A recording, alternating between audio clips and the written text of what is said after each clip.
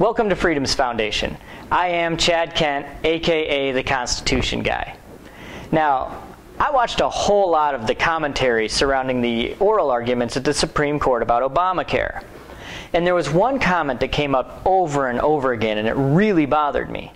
And then, last week, I saw Attorney General Eric Holder make the exact same comment. The comment I'm talking about is this idea that somehow the Supreme Court has a duty to assume that any law passed by Congress is constitutional unless it can be proven otherwise. But I just have one question about that. Why? I'm sure that the people who believe in this idea will point to all kinds of Supreme Court precedent and a bunch of other nonsense to back up their point. But I don't really care. To be honest, I couldn't care less what a bunch of guys in robes have to say. What I do care about are the Constitution and what's going to protect our freedom. So that's what we're going to talk about tonight. Whether or not this mindset of assuming that laws are constitutional unless it can be proven otherwise is beneficial to your freedom. I don't think it's ever a good idea to assume that what Congress does is constitutional. This country was built on a healthy distrust of government. But, just to be fair, I'm going to give Congress 3 chances to convince me that we should assume that they understand the Constitution. All right, contestant number 1, former congressman from my home state of Illinois, Phil Hare. Let's see what you got. Where in the Constitution? We are going to, I don't worry about the Constitution on this, to be honest. That's right. Jackpot, brother. Wait. Don't jackpot just yet. He's obviously frustrated and he's a little upset, so it's possible that he could have misspoken. Let's give him one more shot. Go ahead, Mr. Hare. Tell us about the Constitution. I believe that it says we have the right to life, liberty, and the pursuit of happiness. Okay. Tell me, Declaration of Independence. it doesn't matter to me. Oh, you gotta be kidding me.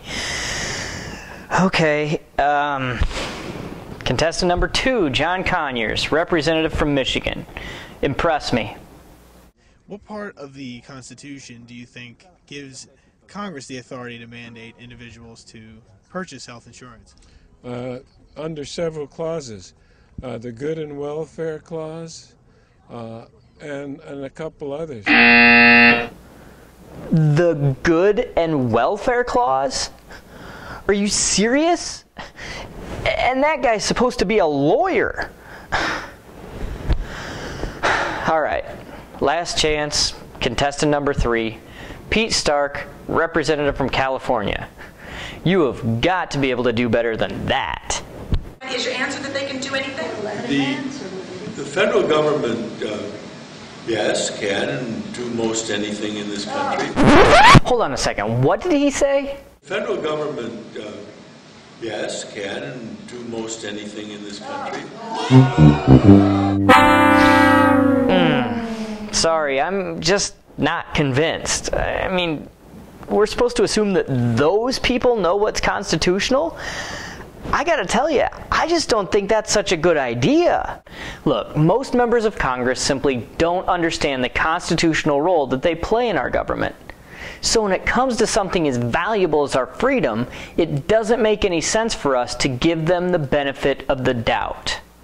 Beyond that, this whole idea of assuming that the government has the power to do something, unless it can be proven otherwise, is the exact opposite of the mindset that went into writing the Constitution.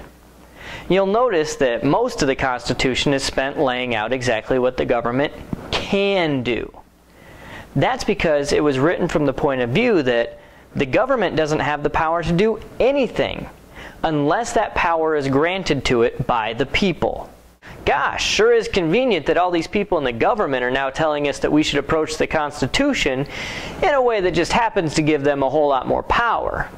Of course, none of this is an accident. Our politicians are deliberately trying to break free of the limits that are placed on them by the Constitution. That's what governments do. And the fact that we're seeing them do this should demonstrate exactly why those limits are so important in the first place. It's the nature of government to grab as much power as it possibly can until somebody finally comes in and puts a limit on it. And that's what you're seeing in this country today. Our government is going to keep grabbing more and more and more power until the people finally stand up and say enough is enough. I'm sure that the Obamas and the Eric Holders of the world would argue that, oh, well, it's important to protect the actions of the duly elected members of Congress. But that's the whole point of having a Constitution. It puts limits on what Congress can do. So not even a majority of the duly elected representatives of the people have the power to take away our rights. If they want to have the power to do something that's not already in the Constitution, then they need to go through the amendment process. Academics and commentators on TV like to come up with all kinds of different ways to complicate the role of the judiciary in this country. But in this case, it's actually really simple. If something's unconstitutional, then our justices need to say so. Period.